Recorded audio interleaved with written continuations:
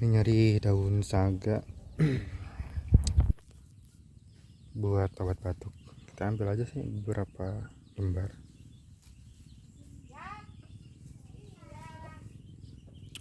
Ini bisa ditumbuk ya, atau bisa makan langsung kayak gini.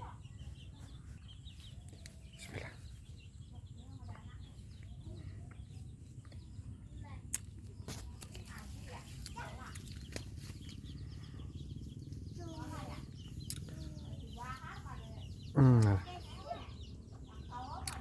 Rasanya pahit ketir.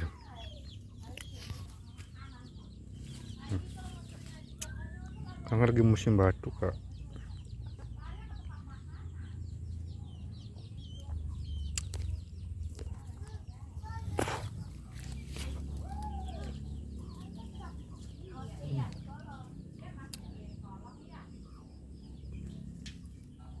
Pahit ketir.